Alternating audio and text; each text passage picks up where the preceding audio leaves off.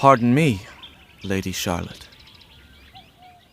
Princess Charlotte, Origins. Berserk's most tragic character with a terrifying fate, explored. Berserk is a story that never gives you out-and-out good characters to root for without a single shred of doubt. Every person that populates Kentaro Miura's universe has at least one fatal flaw that acts as a chink in the armor that is their character. Which is why it's baffling that the one person with an unassailable personality in Berserk is the friggin' Princess of Midland, though she is yet to notice her own fatal flaw so far. Charlotte is, and we don't say this as a joke, the most badass manga princess we've ever come across. This girl spies on her own kingdom, leads a rescue mission, breaks her dad's teeth, and takes an arrow to the arm all for her mans. She might be shy and timid instinctively, but she's also one of the bravest characters in all of Berserk, which is why her fate seems to be singled out for a terrifying tragedy. But to understand that, we need to know more about the princess, so without further ado, this is Princess Charlotte's Origins, Explored. Before we go into our explanation, we have a very small request. If you like our content, please support us by subscribing to our channel. This is a small click for you, but for us, it means a lot. Thank you. Let's begin. She is introduced as the classical princess of a kingdom, Charlotte's entry in Berserk's story. When we say the phrase classical princess, what characteristics would immediately pop into your mind? Shy, delicate, dreamy, beautiful, great at embroidery for some reason? If the answer to most of those things is yes, then congratulations, my friends, you already know Princess Charlotte as she was when she first appeared on the pages of Berserk. As Griffith was soaking in the King of Midland's admiration following his successes in the 100-Year War, he caught a glimpse of a young noblewoman peering at them from behind a pillar. He asks the king about this lady, and the king informs him and Guts that she is his daughter, the Princess Charlotte. He claims that his daughter is extremely shy, dislikes soldiers, and rarely ventures outside the castle, but he tries to call her to make introductions anyway. When it fails, as he had expected it would, the king apologizes to Griffith and admits that he might have spoilt his daughter a bit too much as she was his only issue. After concluding his conversation with the White Falcon, he calls Charlotte to his side as their entourage was departing that castle area. The flabbergasted princess rushes to her father but trips while descending the steps and is about to fall flat on her face when she's saved by Griffith. He grabs her waist to break her fall as if on instinct, and is slapped by Charlotte's uncle Julius for his effort, but the princess herself seems smitten. Her gaze lingers at Griffith's beautiful visage for a moment before she is led away to join her father's entourage. Though Charlotte speaks but a couple of words in this entire exchange, Kentaro Miura gives us a pretty good character sketch of her nature. She is shy and sheltered, petite yet beautiful, and is already making hard eyes for Griffith. This is something the cunning White Falcon had surely picked up on, because he spent most of his time during the autumn hunt entertaining Charlotte as her personal escort. The Band of the Falcon's undefeated military exploits had gained them the king's undying respect and attention, and so they had displaced the fabled White Dragon Knights led by General Julius, the king's brother, as the chosen protectors for this annual tradition. While the rest of the band's falcons were assisting the nobles with their games, Griffith was standing beside Charlotte, observing her reactions to the hunt intently. The princess appeared to have a gentle heart, for she would look away every time a hunter aimed his crossbow at his prey and let loose a murderous bolt, only to let out a relieved sigh when it missed. The White Falcon asks the princess whether she dislikes hunting altogether, and a blushing Charlotte explains that this is the first time she has come to the hunting grounds. Usually she'd skip such an event, but because her father invited her, she felt she shouldn't refuse. And yet she thinks she could never get used to hunting. Charlotte finds it cruel, about as cruel as warfare, and asks Griffith why it is that men enjoy little more than shedding blood. As if to prove that he is different, Griffith simply picks a leaf off of a tree nearby and uses it as a reed to make the princess chuckle. Charlotte tries to copy him and picks off a leaf herself, but she fails to produce a sound even close to the one the White Falcon had just played. Griffith playfully shows her how to use the leaf reed, and they both giggle like children when Charlotte gets it right. Their tender moment together is interrupted by a wild boar that the king's party had been chasing for a long time, and this startles Charlotte's horse. She is turned into a reluctant passenger of her steed's flight of fright, which ends in a stream. but only after Griffith gives chase to her and calms her horse down. When the White Falcon goes to reassure the princess, she gives him a tight hug instead. Princess Charlotte had never felt such an adrenaline rush in her life. Being a sheltered and timid child who rarely saw the outside of her castle's stony walls, she has never ridden a horse faster than an elegant trot, let alone experienced a full-on gallop. The entire situation was scary at first, but now that it was over, Charlotte felt an extreme sense of joy which made her almost senseless to her surroundings, because she realized too late that her embracing Griffith was most unbecoming of her stature. She coyly recoils from the White Falcon, who notes that her fear seems to have dissipated some already, but it was set to come back with a vengeance, because it was at this moment that an assassin loosed an arrow coated with poison in their direction. Griffith shielded the princess with his own body, and for a moment, Charlotte thought he was dead. She broke down and couldn't answer Guts when he asked her where the arrow came from. When it was revealed that Griffith had survived thanks to his behelit, the princess took the blame for the attack on herself, thinking that if she had just handled her horse better, maybe this wouldn't have happened. The Band of the Falcon, and eventually the royal court, comes to the conclusion that the attack was an attempt at the princess's life, and fans out to look for the culprit. Charlotte is left devastated, thinking that it was her fault somehow, but being the Princess of Midland, she has no option but to continue on with her duties. This is where we think it's best to give you an idea of the kind of family Charlotte has so you can better understand where she herself comes from.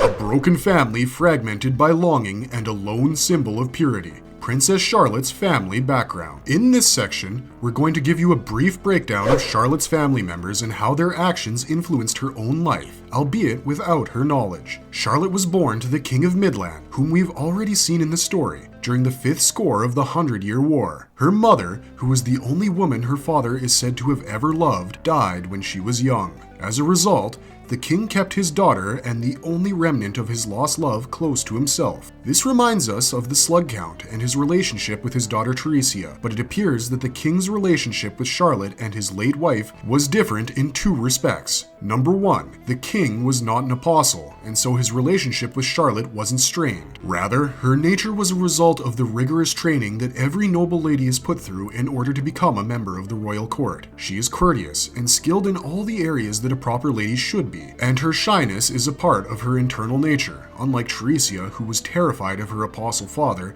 and felt like she was a bird in a cage. Number 2, unlike the Count, the king remarried. When Charlotte was still a child, the King of Midland took a noblewoman from a foreign land for his wife. The marriage was entirely political, and while the new queen behaved in every manner befitting of her royal station, she had a dark secret. The King of Midland, though an able ruler, was an inept lover for her highness. Embroiled in keeping the kingdom stable during the 100-Year War, the king's daily life, combined with his mourning of his past wife, kept him far away from his new wife's bedchambers. As a result, she sought out his brother Julius, whose own lady wife had died a few years ago, and she started an affair with him. This affair was a well-kept secret known only to one person in the royal court, Minister Foss. And because Foss was on the side of nobility in their crusade against the commoner Griffith, there was no chance this information was going to get to Charlotte anytime soon. But speaking of General Julius, we must also at this point mention his son Adonis, who is Charlotte's paternal cousin and a prospective future consort. Adonis is a few years younger than the princess and has endured the trials of single parenthood his entire life, but he is a well-meaning boy who tries his best to make his father proud. He has been raised by Julius expecting to be betrothed to Charlotte, as was the custom, though whether the princess herself knew of this is unclear, giving her growing feelings for Griffith. What is clear is that the King of Midland has a rather dysfunctional family on his hands. His brother, and the man next in line to throne, was sleeping with his new wife and planning to marry his own son to his daughter, the only memory of a time when the king could have truly called himself happy. And Charlotte herself, though raised to be a proper lady, was quite unaware of many of the political aspects of royalty, as will become evident in a few minutes. If we had to make a comparison, she is quite like Sansa Stark from Game of Thrones before she goes to King's Landing, in that she hasn't had a taste of the real world yet. But that doesn't mean she isn't ready to meet the den of vipers called the Court of Midland head-on anyway, as she makes clear in her next appearance. Charlotte is a classical princess, remember, and every classical princess needs a Prince Charming to tether her story to. The good news is Charlotte's desired prince is Griffith himself, who at this point in the story was the guy we were all rooting for to get his kingdom. The bad news is that Griffith isn't exactly royalty, which is where all of Charlotte's problems began spiraling out of control. Recall that we told you that Charlotte's Uncle Julius had slapped Griffith when he tried to keep her from falling that one time. Well, that's because Julius hates the fact that Griffith, a commoner, was now standing amongst nobility as their peer. Most of the people in the royal court felt the same way about the White Falcon, including Foss and the new Queen of Midland, yet the king seems to somehow be unaware of it. The struggle for power between these new elements in Windham Castle is the backdrop of the first major arc of Berserk, and Princess Charlotte just happens to be stuck in the middle of it. She is the eye of the storm that is this major family and political drama going on behind the scenes, in that she is in the center of it and yet is unaffected by it, mostly because she is unaware of what exactly is going on. Therefore, Charlotte thinks that everything that is happening in her life after meeting Griffith is like a fairy tale she grew up listening to as a child, and this explains why she does what she does next. Charlotte finds her perfect man and lives out part of a fairy tale, the princess's involvement with Griffith. The next time we see Charlotte pop up on the pages of Berserk is when she's hosting a ball for the nobility of Midland. Windham Castle is filled with the festivities and furor that such an occasion merits, but the hostess herself feels detached from her event. She much prefers the solitude of the outer court, where she is accompanied by the apple of her eye, Sir Griffith himself. Charlotte complains of the fatigue from the preparations and pretenses of the ball, and the ever-chivalrous White Falcon gives her his coat to sit on by the fountain. He asks her if it's okay for the hostess of a royal event to absent herself from it, but Charlotte knows her guests know how to have fun by themselves. Besides, she finds that she dislikes such bothersome events in the first place. Balls and evening parties are just a way for the nobility to distract themselves or to flaunt their extravagance. Tonight's party fell in the former category, as the king wanted to keep his subjects' minds off the weariness of war. But Charlotte's inner pacifist wanted him to take it a step further and end the war itself.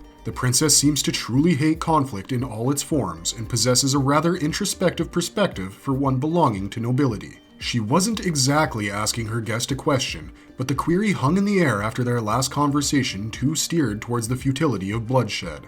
So Griffith decided to bring up her previous question as an answer to her current unsaid one. Charlotte is surprised that Griffith even remembered her question from the hunting grounds, but the White Falcon gives her his personal philosophy on the nature of man. He says that while it is true that men possess a savage side to them, he believes that savageness is a tool they use to protect something precious to themselves. Charlotte, being raised like a typical lady, thinks she is talking about family or a sweetheart, but Griffith says those things aren't his personal desire. He says that to him, a real man is someone who pursues their own dream, no matter who stands in their way, and strives towards achieving it at least once in their lives. He says that dreams are what define men, what are left of them when they pass from the mortal world, and that he himself thinks a true man is one who is a martyr to his own dream first. Ultimately, to be born and to live just because he was born is something that Griffith cannot abide by, and so he keeps striving towards achieving his own dream. The White Falcon must not have realized he had gone off on a rather elaborate philosophical rant about his personal ideology,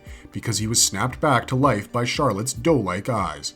Griffith apologizes for rambling on like he did, but Charlotte is sold on his charm already. She tells him she doesn't mind it at all, because she has never spoken to a man as wondrous as Griffith before. When she first saw him riding into Windham, she found it hard to believe that he was common-born, because he bore an air of nobility far richer than many actual aristocrats. And yet, when he taught her to play the leaf reed, she felt like he was an ordinary village kid, and they were simply at play. And now, he was talking to her like a philosopher would, explaining the deep meaning that the concept of a dream holds in his own heart. Charlotte has fallen hook, line, and sinker for Griffith in this moment, as we see her mutter that he's a wondrous person, and the White Falcon knows it as well. The princess composes herself and says that his natural charm must be what attracted his friends to his cause, but Griffith corrects her by saying they are excellent troops, not his friends. To him, a friend is someone with his own dream, someone who would never give up on that dream even if they had to trample Griffith underneath their feet for it.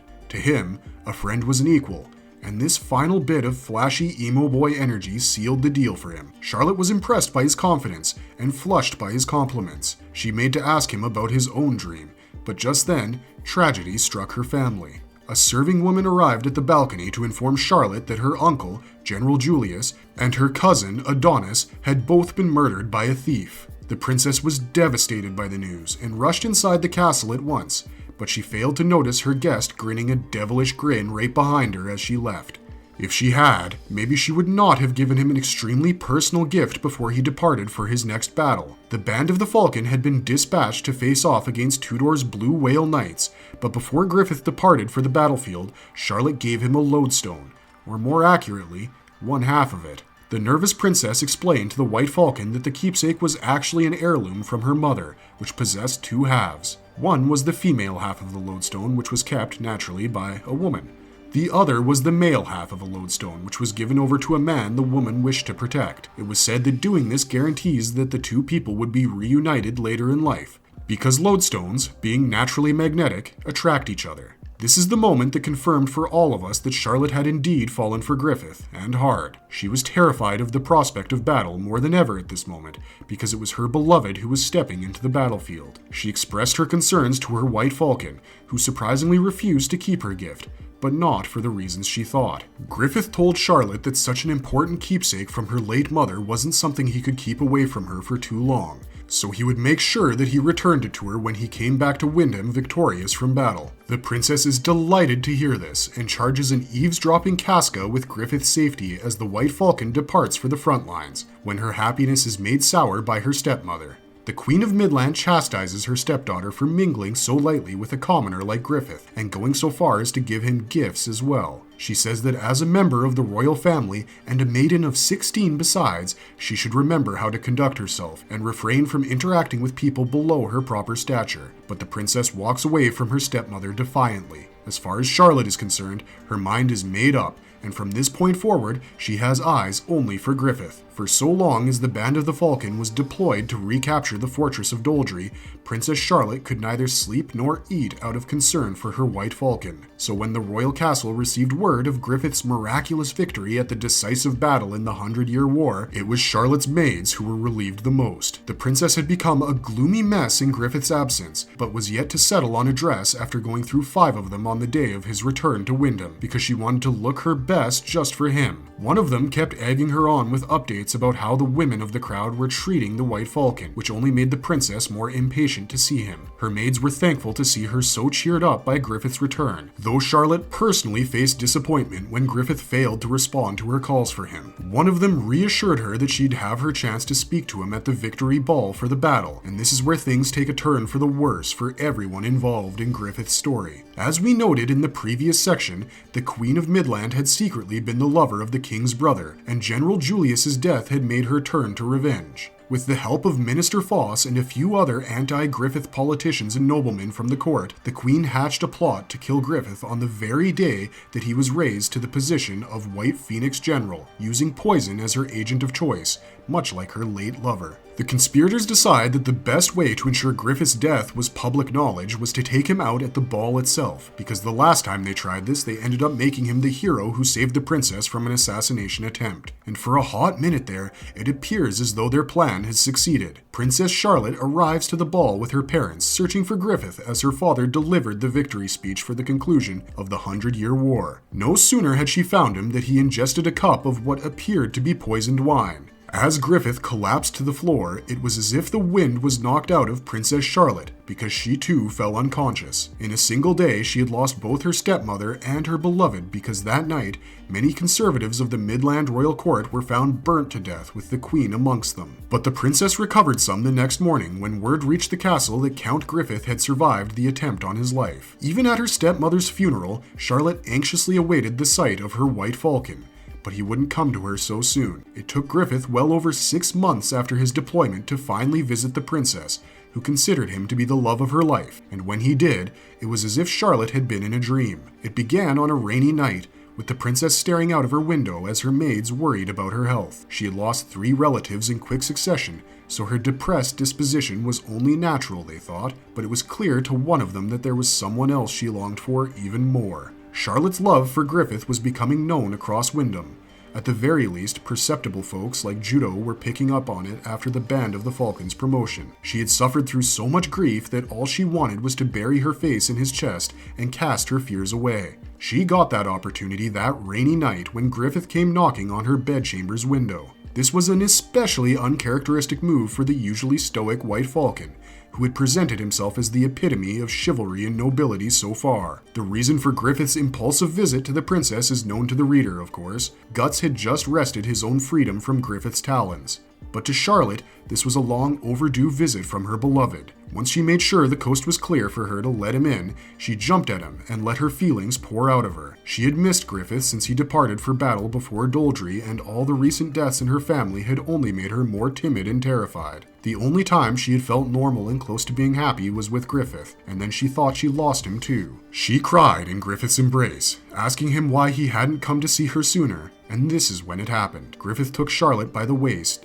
and kissed her out of the blue. The princess resisted it at first, recalling everything her life had taught her about something like this transpiring between her and someone like the White Phoenix General. But in the arms of the man she loved, she caved. Charlotte gave in to Griffith's advances and allowed him to take her to bed. When she hesitated once again, the White Falcon looked her in the eye and told her to cast her fear and sadness into the fires, and that was all it took. Charlotte spent a magical night with the man whom she wished would never leave her side again. She was so caught up in the act of lovemaking that she didn't realize a maid of hers had witnessed all of this through her room's keyhole. When she woke up the next morning exhausted, Charlotte was concerned by the blood she found on her sheets, but also deeply touched by the fact that Griffith had left behind his half of the lodestone, and a flower as well. She clutched both to her heart and felt secure in the knowledge that her Prince Charming loved her as well, remaining blissfully unaware of the real reason why Griffith had visited her chambers that night. And from this point onwards, it was on sight for anyone trying to play with her mans, including her father. The ultimate ride-or-die partner that everyone wants, Charlotte, the badass princess of the tower. Though she put on a dress and tried to wave off her maids the next morning, Charlotte couldn't hide the fact that she had slept with Griffith from the king. Her father barged into her room once he learned that the White Falcon had defiled his daughter's honor and confirmed the reports by witnessing the stains of Charlotte's maiden blood. The king left his daughter bawling her eyes out because Charlotte knew what was about to happen. Her romantic night with Griffith was going to be the cause of much suffering for her White Falcon. She cried so much, in fact, that it was only the castle doctor's medicines that gave her some respite through forced sleep. Yet when she woke up, the nightmare had not gone away. Somehow, it had worsened because Charlotte found her father in her bedchambers trying to commit the worst sin a parent can against their own child. She recoils from him immediately, horrified by the true face of the man she thought had sheltered her out of parental love. And when he tries to force himself on her completely, Charlotte kicks her father's face in and cries out for Lord Griffith to come save her. With no one to trust in the entire world except her handmaiden Anna and her beloved White Falcon Griffith, Charlotte isolates herself and slowly becomes one of the most badass princesses we've seen in fiction so far. Till now, Charlotte had been a classical princess who was shy and timid and had seen nothing of the outside world. But her time with Griffith makes her stronger somehow, and she starts resisting her father's rule by actively working against his new main objective, putting the White Falcon through every torture imaginable. For a full year, Princess Charlotte maintains secret correspondence with the Band of the Falcon and keeps them updated about where Griffith is and how they could help her rescue him. You heard us right, help her rescue him, because it was Charlotte who spearheaded much of the Griffith rescue mission internally. She used her standing as a princess and her knowledge of the history and infrastructure of Wyndham to guide Casca and her band of rescuers through a secret passageway and into the city. She and her handmaiden Anna bribed a couple of guards who chanced upon her unwanted guests, something she admits would have been impossible for her a year ago. But now, she felt as though she could perform even miracles if it was for Lord Griffith's sake. Charlotte immediately deflates when the guards leave and falls in Guts' arms out of sheer anxiety, but wills herself forward after getting this close to finally being reunited with Griffith again. In fact, she is so stubborn about seeing her beloved that she consents to becoming a hostage and even asks Casca to take her with them after the rescue is accomplished. Casca has no choice but to use Griffith's name to make Charlotte see reason, but that only makes the princess more determined to save her White Falcon. She leads the rescue team down the Tower of Rebirth, where Griffith is confined in the lowest prison cell, whilst giving them a history lesson about the Tower, Wyndham, and Midland in general. If you want to know more about this, check out our King Gyseric Origins video, as we've covered it there in more detail. But it boils down to this: Charlotte is supposedly the last living descendant of the Supreme King Gyseric, who created Midland 1,000 years ago. It is with this knowledge in mind that we finally get to see Griffith a year after he was first imprisoned, but he is literally no longer the man they used to know. When Charlotte asks Guts what has happened to Griffith, the jailer of the Tower of Rebirth answers her question. Now, what he says is something we cannot repeat here, otherwise YouTube would delete our channel and think nothing of it. Suffice it to say that even after hearing all that the jailer had to say, Charlotte was determined to live by Griffith's side, and that alone is highly commendable. She is terrified of Guts as he cuts a bloody path through Wyndham, but regains her composure when she thinks of Griffith. Entering a sewer with the rescue party, Charlotte thinks to herself that she does not care about the warmth of the palace or the company of her maids.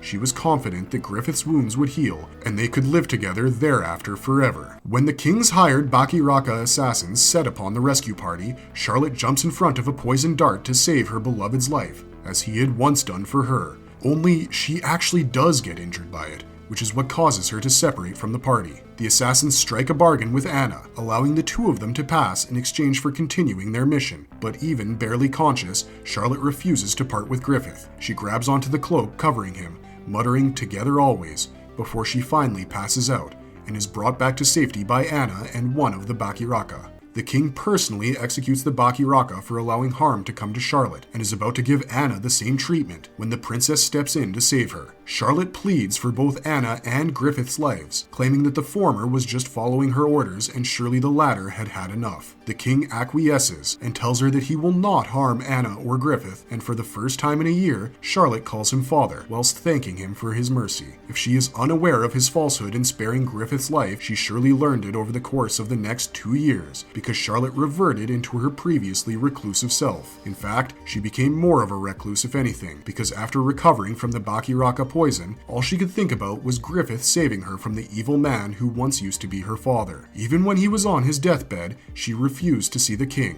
screaming to Anna that such a man was not her father, and pleading for her torment to end with him. And then it did. The King of Midland, driven mad by his lust for his own daughter, finally died dreaming a dream of the Falcon of Light taking his warmth away from him. But Charlotte's torment did not end with her father. Right after the king's death, Wyndham was captured by the Kushan Emperor Ganishka, who imprisoned the princess at the top of the Tower of Rebirth. Because Charlotte was now 19 years old, she could technically rule in her own name, which made her the queen of all Midland in practice. So it was no surprise that the Dread Emperor imprisoned her in such a secure facility, and allowed her more comforts than he gave to her fellow womenfolk of Wyndham. Ganishka allowed Charlotte to retain her maids, particularly Anna, and gave her tons of fabrics and tools to perform her favorite pastime of embroidery, but it was to no avail. To Charlotte, she had only exchanged hands from one tyrant to another, and her heart's desire remained one man, Griffith. She spent all her time embroidering his visage onto countless seams of cloth in various forms and fashions, but none of it could prepare her for what was about to come next. They say that it is only after one has weathered a storm that they get to see the light on the other side. In Charlotte's case, she was faced with a thunderstorm, and we mean that quite literally. After giving her ample time to adjust to her new reality, Emperor Ganishka entered Charlotte's chambers one night, asking her if she had prepared herself. When the queen asks him for what, he replies by telling her that she was to bear his child. This too was a part of warfare after all. By making Charlotte espouse his own lineage, Ganishka could conquer Midland without further bloodshed. And besides, he was weary from his endless campaign. The Dread Emperor tries to force himself on the princess, and Charlotte gets flashbacks of her father, so she cries out for Griffith, which gives Ganishka pause. He takes a look at all of her embroidery and starts laughing, leaving Charlotte with her honor intact for the moment. The princess is thankful for the sudden change in heart, but she continues embroidering the visage of her beloved over and over, until one night he finally appears to rescue her. After Anna takes Charlotte's leave, the princess feels the wind shift in her room. Terrified that Ganishka has returned to despoil her, she hides behind Griffith's cloth face. Imagine her delight when the real Griffith appears from behind it and begs her pardon once more for intruding in a lady's chambers at this hour of the night. Charlotte thinks she's in a dream once more, like that time she dreamed of the Falcon of Light, but she begs Griffith to not allow it to end. When he proves that he is in fact there in person, Charlotte bursts into tears and falls into his arms. She had dreamed of this moment for 3 years, and now that it was here, she couldn't believe it. Griffith told her to get Anna and hold on tightly to her bed because she was going to fly her out of there, and sure enough, he did as he had promised, with the help of Nosferatu Zod. After this, her life becomes part of a literal fairy tale as she promises her hand in marriage to the Falcon of Light himself. In chapter 284, after decades of knowing her first name, we finally get the princess's full royal title as Charlotte Beatrix Marie Rhodey Wyndham declares Griffith the supreme commander of the Midland Liberation Army and her betrothed. She accompanies the Falcon of Light on the battlefield thereafter, baking him sweets and looking after the pontiff of the Holy See as Griffith routs Ganishka from Britannis and causes the advent of Fantasia in Wyndham. Following the establishment of Falconia, Charlotte becomes its de facto leader, being the Queen of Midland in practice,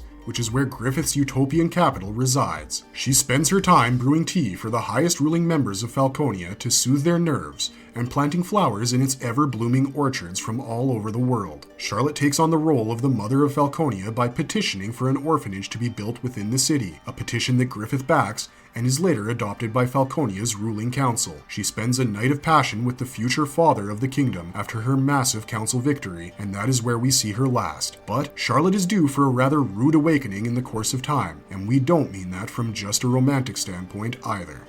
Why Princess Charlotte will have the most tragic fate in Berserk. Everything that Charlotte Beatrix Marie Rhodey Wyndham has done so far in the story has been out of the belief that Griffith is her one true love, and that love is reciprocated by him. Charlotte now rules over the only settlement safe for humanity in Fantasia, and though that might be a position in name only, it is a rather sweet position for someone with her disposition to find herself in. A lot of her life has felt like a real-world fairy tale at times. There are many typical princess tropes at play with her character when you take it in isolation, such as her being the classical princess who falls in love at first sight but is heartbroken after a forbidden night of passion and then becomes the princess confined in a tower. But the main issue with her story, when taken in the context of Berserk as a whole, is just how aloof she is of the reality of the world she lives in. Charlotte does not know every tragedy that happened to her family was because of Griffith. She doesn't know that her falling for him was his plan all along to become king of Midland. She doesn't know that he sacrificed his comrades to become a literal demon now incarnated in a body of flesh who was the prophetic Falcon of Darkness. That makes it even more concerning that she is sleeping with him, given what happened with the demon child. At least there's a chance that Griffith's pullout game is stronger now. But what she also doesn't know is that everything that is happening with her is part of the Falcon of Darkness's plan, and that he doesn't even truly love her in the first place. There are 3 women who have been involved with Griffith in a romantic capacity. Charlotte has been the most obvious one. Then there's Sonia, who appears to worship Griffith and hate Charlotte for getting to be his wife. But the one who Griffith has eyes for is Casca. Right before his eclipse, Griffith had a vision of an alternate life he could have had if he had just retired to the countryside with Casca. In that vision, he is married to her and has a child with her, indicating that deep down, Griffith loved her, or at the very least, he desired her deeply. This is why his first act as Femto was to violate her in front of Guts, who stole everything from him as a human. It's also why his last act in Berserk so far is bringing Casca to Falconia, which is what is going to bring great tragedy to Charlotte's life, because no one knows how things are going to play out after chapter 371, but we all know one thing: the princess is about to smell the bitterest cup of coffee of her life soon. Charlotte is preparing to marry the man of her dreams, who seems like a literal god in the world of Fantasia. But what will happen when she sees Casca and learns of what transpired between her and Griffith? What happens when she realizes she's been in love with a demon all her life? And what plans does said demon have for her anyway? Because one thing is clear, something terrible is going to happen to Charlotte. This is extremely cynical, sure, but she has been kept too safe for too long for her to not end up suffering a horrifying fate. Her life since meeting Griffith has been like a bloody legend, and given the pattern that Berserk usually tends to follow,